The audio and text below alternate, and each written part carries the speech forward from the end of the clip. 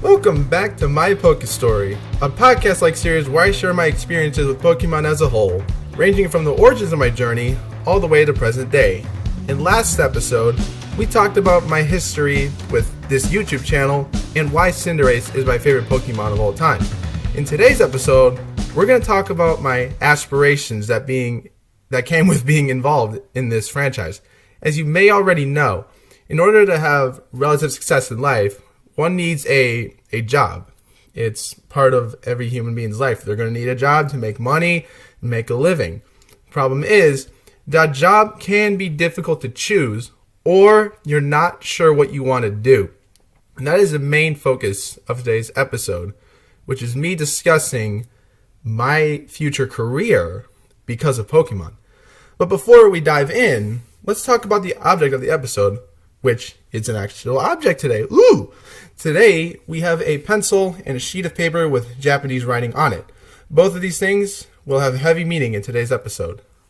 So, let's start from the earliest I can think of with today's main topics. Our first one is Japanese, actually. Why did I start taking an interest, you may ask? Well, the thing is, ever since I was young, this was maybe after or before I started liking Pokemon, I genuinely don't remember. I took an interest in the culture. There was something about it that really stood out to me with just everyone caring for one another. You have all these things you have to think about. Sure, a lot of rules, but I personally respect those rules, and I really look up to it. It's almost like saying, oh, look, it's kind of like my hero. Japan's like my hero on Earth, that is. So because of that, I started to invest time to learn the language just as a hobby. No particular goals in mind yet. I just started to learn it. And I originally started on Duolingo, which may sound controversial in some ways because I know a lot of people give interesting feedback on it, and I accept that. But I did start learning with that. I got a relative handle on the language. I figured out how to read hiragana and katakana, but the kanji, there is no way to solidify the learning of kanji, which was a bit frustrating, to say the least. Yeah. But I did get a good idea, despite all the notifications I would get in my inbox every day. My goodness. Then, after some time, I think we're looking at around January of 2020 now. It was that or... No, it was summer of 2019. Yeah, it was summer of 2019. I mean, back up again. What's wrong with me, Dave? I mean to say summer of 2020. Yes, this is exactly where I need to be. Yeah, it's summer 2020. I'm with this group I do on Thursday nights. This is at my old place before I started to move. And one night, I was just chilling. We were just chatting with my group and doing introductions and such. And all of a sudden, I hear that there's this person that grew up in the Japan area. So I'm like, yo, this is a chance to actually practice my Japanese skills, which admittedly, it was pretty bad. It was really bad, to be honest. So it was kind of a faded meeting. We got a chance to know each other a bit, and it was great to get that experience from Japanese native, because they were also learning English, so it was a win-win in this scenario. I really appreciated that. I helped them out. They helped me out. It was a win-win. Really appreciated that. Then let's skip to the fall of 2020, and I started taking classes. In the Japanese language, there is 5 levels of proficiency.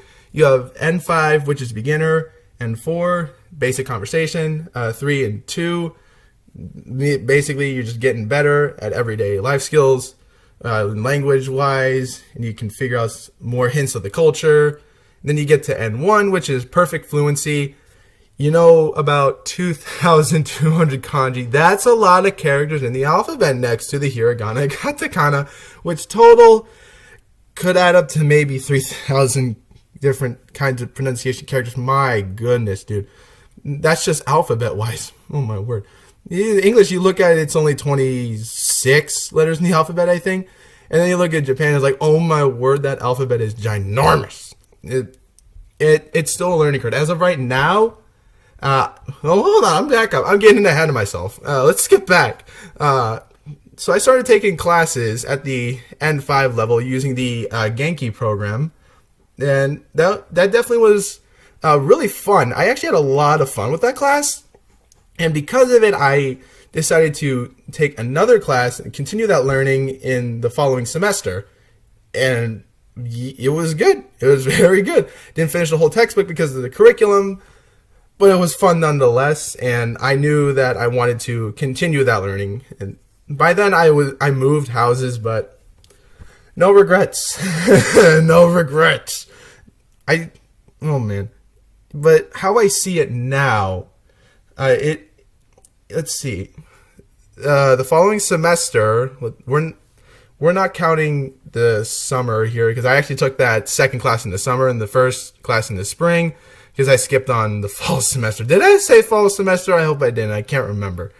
Point is, the following semester after the summer, I went to a new college, and my advisor says to skip on Japanese learning for just the core classes. He's like, you know what? Worst decision I've ever made. That was such a terrible idea because this is true with any language. When you learn a language, you have to keep using it and memorizing it. If you don't do any of that, this is what happens. You forget it rapidly. You forget everything really quick, and then it levels off to the point where you just forget it entirely. That's definitely not what I wanted to go for. So what I started doing is studying on my own. I finished up the first workbook at Genki, and then in the spring, I want to say this spring, no, it was fall of 2021, I bought the second book, and I've been using that ever since. I'm still not done with it, so I'm studying it on my own, as that will take me into the next 2 levels of classes. So hopefully by the time I start taking classes again, I will be able to ace those no problem. I want those good grades. I want to say to my friends, like, yeah, I studied ahead. Well, I don't want to sound arrogant or anything because I studied ahead for the first class I've ever taken, and I was like eager to take part because I wanted to apply my learning literally right away. Some people were like, "Oh, you must think you're so much better." I wasn't better. I wasn't better. This is me just eager to take part because it was material that I was really, really excited about. It was such a good time. But saying I was better, I did my research. I let everyone have their turn. I did my research. That's what you do for classes. If you're passionate about a class, you study ahead of time, and you do the research for that, and then you become better at the material. That's what I did. And oh man, it feels bad. It makes me look on it and regret taking class. Not regret. What is wrong with me today? Regret, like, trying to be as eager as I was, because that sadly made me a center for bullying in that class. That wasn't a good time. Oh my word! But here I am now. I probably have a good handle on the N5 language. It's just a matter of memorizing the vocabulary, which that in itself is pretty hard. And the second book I'm working with, that takes me up to N4 with basic conversation. That's going well. That's going pretty well. I will explain more on that in the next episode, because that's where I'll dig deep on that topic. I must say, conversation is pretty hard when you're trying to do it all off the top of your head. Because I every time I have conversation with someone in Japanese, there's always a point where I'm just going to be like, I don't get it. I don't understand. But that's bound to happen because these speakers, like, they were not classmates. They were natives. So there was going to be something that really, that's something that's gonna pop up and just be like, genuinely don't know. I haven't learned that yet. They're willing to help out. I'll get into it later. Second point, what is it? Oh yes, drawing. This is where the pencil comes in. So why did I start drawing? We'll start there. Why I started is because for the longest time when I was involved in any community, I've always seen fan art and all of that other jazz, or like just even official art. And I was like, dude, I could totally do that. And so I did. We're looking at around summer of 2021 now. I had a really had a rough start. How did I start? Well, I used kind of the most basic of materials I could think of. Grabbed a sheet of like printer copy paper and just drew on that. And at this point, I am already invested in liking Cinderace as much as I do. So I started drawing him, and oh boy, I still cringe at them. It was very rough, but as one learns to draw, that's kind of what you do when you start. Starts out when you look back at it and you're like, oh man, that's so bad. But then you improve on it. You improve and improve. You do better. And I didn't learn using traditional methods like shapes. I kind of just eyeballed everything. I would take pictures from my Sword and Shield game and go off that, or use official pictures as reference. Well, no, actually, I think I just used official game pictures. I took pictures in game only. And for the longest time, I also used that in coherence with shots from the Pokemon anime. I did make some pretty cool pieces. I even got a commission, even if it was just pencil and paper, but it is what it is. It was a good time. And I used that pencil drawings for about maybe, I'm thinking back on it, it was about, just like the thinking here, the podcast, I should be talking. Right, it was about 7-8 months. 7 to 8 months? No. 6 months. 6 to 7 months before I decided to switch it up. But I'll get to that in a minute. What I want to focus on right now is like kind of the style I did, the line art per se. Of course, I would start by going off the Sword and Shield reference, and that's what created the kind of cringe drawings. And then I used pictures from the anime and try to eyeball those. And real quick reference, I call eyeballing as in you look at something, you just go off of that. That's what I did for the longest time and still do to this day. And I used just those shots in the anime as just random practice. Sometimes I would even draw random objects or flames. They were sick though. They were sick things. Then after 1 month of doing that, we're talking 1 month. This is not too long after I started. I saw the global artwork, or many people call it dream artwork. I call it global style because we see that artwork around the globe. That's just my terminology with it.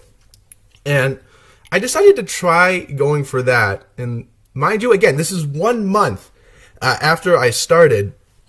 And I must say, that first try, I actually had some solid line work because I was just looking at the picture and drawing off of that. And they actually turned out good. Decent even. I was kind of taken away just by like, you're 1 month into this and you've just created something solid on a sheet of printer paper. And I didn't try backgrounds later until I did more global style drawings. And then my parents bought me a sketch pad, which I would draw off of. And I would make some backgrounds on it. One of which is my favorite background to this day. I probably should redraw that at some point just for fun. Yeah, I probably should. I'll put that on the list of my drawings at a long time from now because I got a lot of plans. But yeah, I used that global style for the longest time and that sketchpad for the longest time. So I would just have drawings that are with the grayscale. It's a grayscale drawing, which they did look good, but I didn't really like how they were turning out, because when you use pencil and paper, your canvas is limited. Like, and I quote unquote say canvas because your paper can be literally any size you see fit, and that didn't really stick with me. So one day I decided to download Fire Alpaca on my computer, which is a free drawing program. And this is not a plugin. This is genuinely what happened. I started using Fire Alpaca, but I did not have a crucial tool that most digital drawings use, which is a drawing tablet, which I didn't have at this time. So what I would do is start on paper, make the line art, and transfer the photo to Fire Alpaca to draw over. Now you would think it's not an easy task because there's no way to control your mouse like controllably, even with the stabilizer on. It's genuinely difficult to actually make line art with a mouse. So thankfully in Fire Alpaca there was a tool that allowed me to kind of snap the line. It was a snap tool, and that way my lines would come out pretty well. They would turn out pretty nice. There was never consistency because of that problem with the whole canvas thing. It's fixed on paper, but sure you can sort of change it in Fire Alpaca, but I have to kind of eyeball from there, and that makes it a little bit more difficult. But thanks to Fire Alpaca, I actually started to get a rough idea for digital drawing and seeing what my drawings would look like when colored, which I thought was awesome. And some of those drawings I made because of it, I would sometimes, well, let me just say this. I'm a fan of Kingdom Hearts. I imagine that's not a secret with those who've communicated with me. Like, you can go on Discord, like server link below.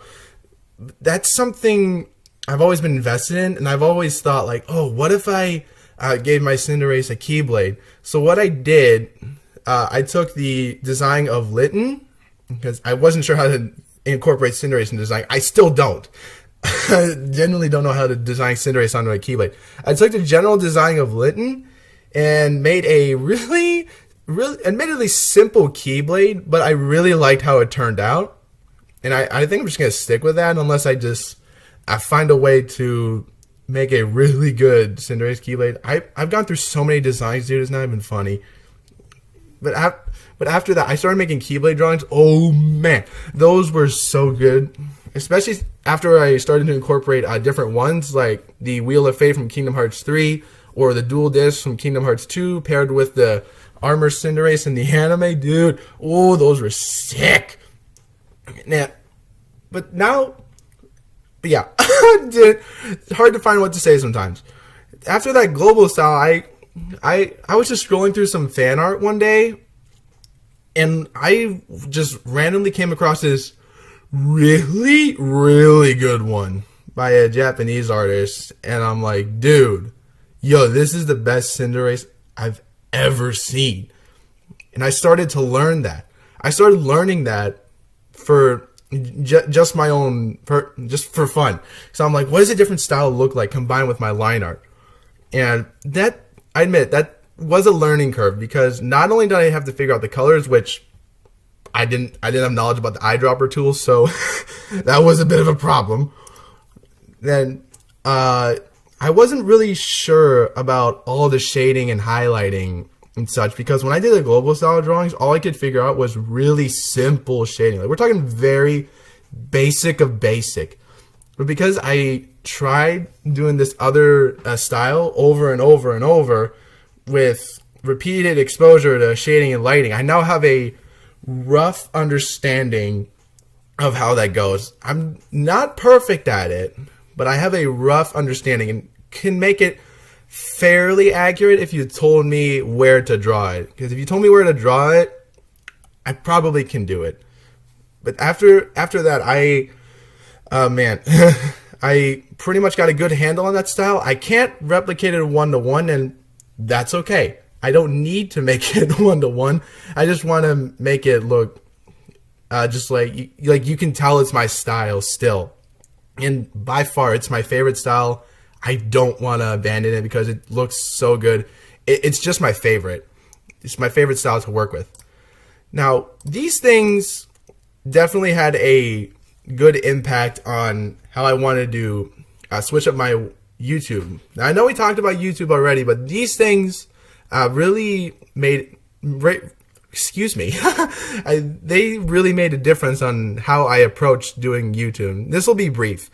What mainly changed for the YouTube is that I started, well, thanks to the digital drawing programs. See, back up. What am I doing? I'll cover this and I'll get back to the drawing.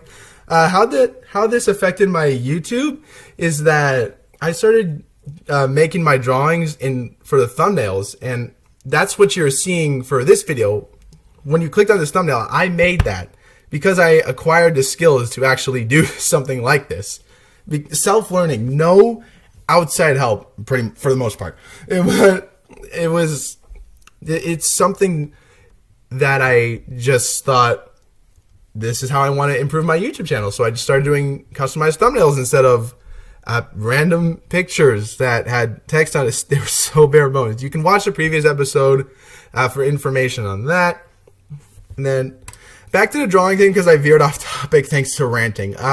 So we're looking at around, I think, February this year, I saved up money for a drawing tablet, a Huion brand, which was recommended me to a friend, and it's like, he described it as like kind of an underdog brand, and I can understand why. It's pretty good. And when I got that drawing tablet, I also switched my drawing program from Fire Alpaca to Krita.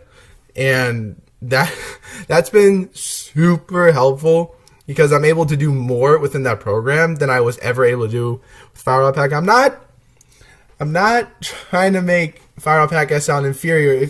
If you're starting out like me, it is very good to start, especially if you're using a mouse and keyboard. That was a godsend for me. It was so good. And that's how I've been doing drawings ever since, once I got a handle from switching from paper to digital.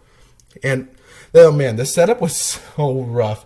When I got it, I could not get my pen to work for no reason. It would just keep just randomly shutting off, or it would just not work at all. But then I installed some other drivers, did some reboots, did some research, and what seemed like some frustrating eternity, I got it to work, and that's how I'm able to do stuff now.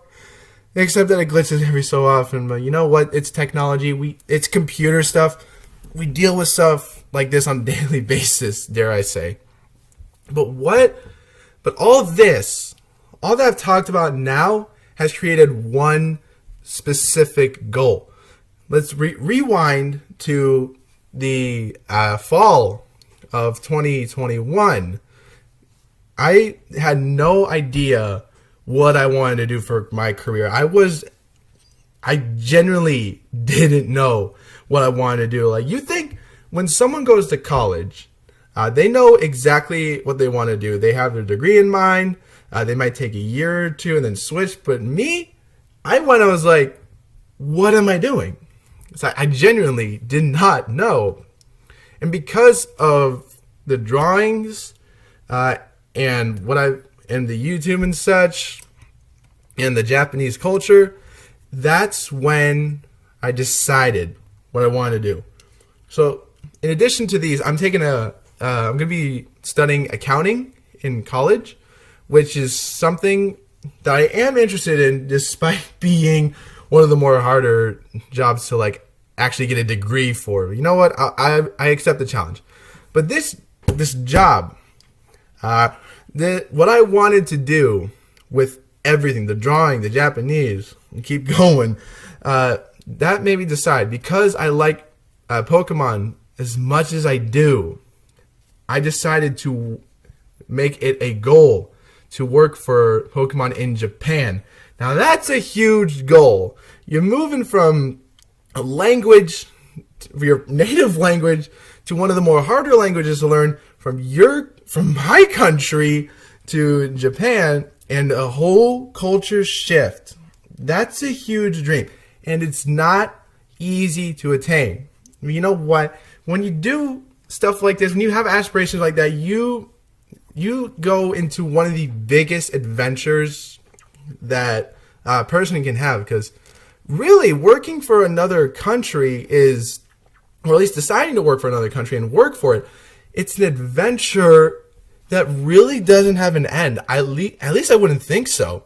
And the reason I want this job over others is because my love for this franchise, and how I classify as why, is because I want to repay my love for the franchise with honest work. That is my goal, to just say to people, it's like, hey, this is one of the greatest things I've ever experienced in my life.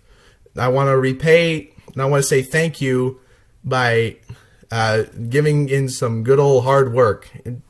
That's the dream job. But I'm pretty sure some of you who may already know this, but it's so hard. I'm sorry. Why in Japan, even though in America? Well, let's circle back to the Japanese part really quick of this episode. It's because I'm really interested in the culture and all the things that it has to offer.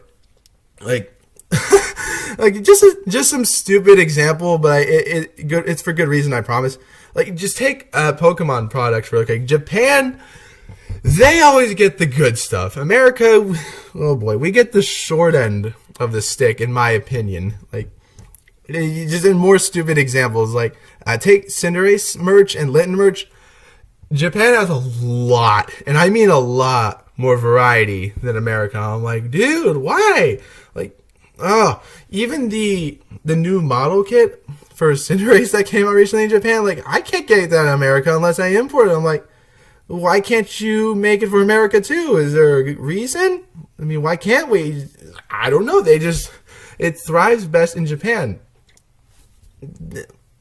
It really is just, and like, actually, another example, the Pokemon centers, legit, why do we not have any still? I'll do that. I'm planning to do that in a later video. I'll link it if it's already out, but it goes very in depth. But I'm like, I want Pokemon centers to experience in America. I don't get that here. So it is hard not to be a little jealous about that. Yeah, that again, it's just that's just the reason, dude. And plus, I wanted my job to be something that is something I can enjoy, because I'm pretty sure a lot of people will tell you, whenever you get your full-time job, get something that you genuinely enjoy, so that it doesn't feel like work. And that's why I wanted to work for Pokemon, like, over really any other companies, because like, this is something I can enjoy regardless of the working conditions. Even if it gets to the lowest low, to the point where I'm probably thinking I'm quitting, and it's like, no, I still enjoy this thing. And even if I do leave, which, let's be real, even if I do make it, I'm probably not, it's still going to be something I enjoy. And that's really something I am willing to stick with. Just stay in one job and be like, yes, this is what I wanted to do. This is what I want to stick with for my entire work life, my career. And the reason for the accounting is because accounting is one of the more sought after jobs in the business culture. It is hard, but because of how few people take it, so I hear, it's not exactly low in demand. There's always a demand for it. I've never heard anyone say, no, this company doesn't need an accountant. We know every business needs more accountants. It's that in demand. And also, the Japanese can help me achieve this goal, because Pokemon, because its home is in Japan, and I imagine there's going to be a lot of communication between the American headquarters or other international headquarters, because they got to communicate. And translators are also a job that's never in short supply, because there's probably an infinite amount of people that you have to communicate with, whether it be business partners, foreign partners, all that stuff. And The drawing should help, I think, because it's no secret that Pokemon has a lot of drawings. I mean, a lot. You got Ken Sugimori-san's work. You have all the global style, which I don't know the artist of, but I would love to know if that was possible. There's no shortage of art and such, dude. All these things really help me believe that I can achieve this goal, because it is something. How many times did I say it's something? It's I can achieve this goal because I'm defaulting. It's something. What's with me? It's something that'll not make me feel like I'm doing a job. It's like, no, you're not doing a job. You're doing a permanent hobby. And like, also, it'd be cool to like say to the director of Pokemon, or like the creator, even just saying like, thank you for introducing me to this franchise. Like, how cool? How cool would that be? That'd be very cool. It really inspires me, and like, this goal is something I intend to push towards and not letting go of anytime soon. I'm gonna continue this goal, whatever it takes, dude.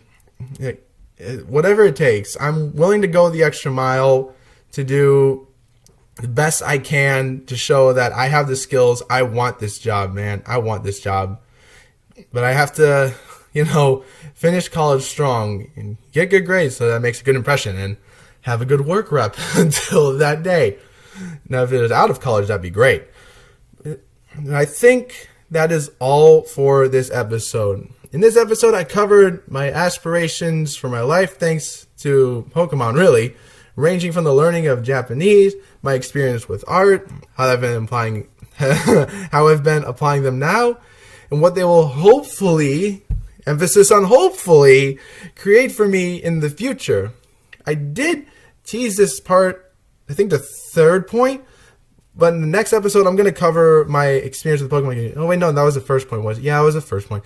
The next episode, we're going to cover my experience with the Pokemon community.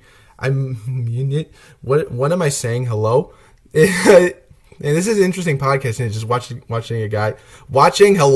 listening to a guy stumble over all his words. My gracious, dude. Yeah, that is the next episode. We're going to cover more experiences within the community. So stay tuned. Thank you for tuning into my MyPokeStory, and I will see y'all in the next episode. Take care.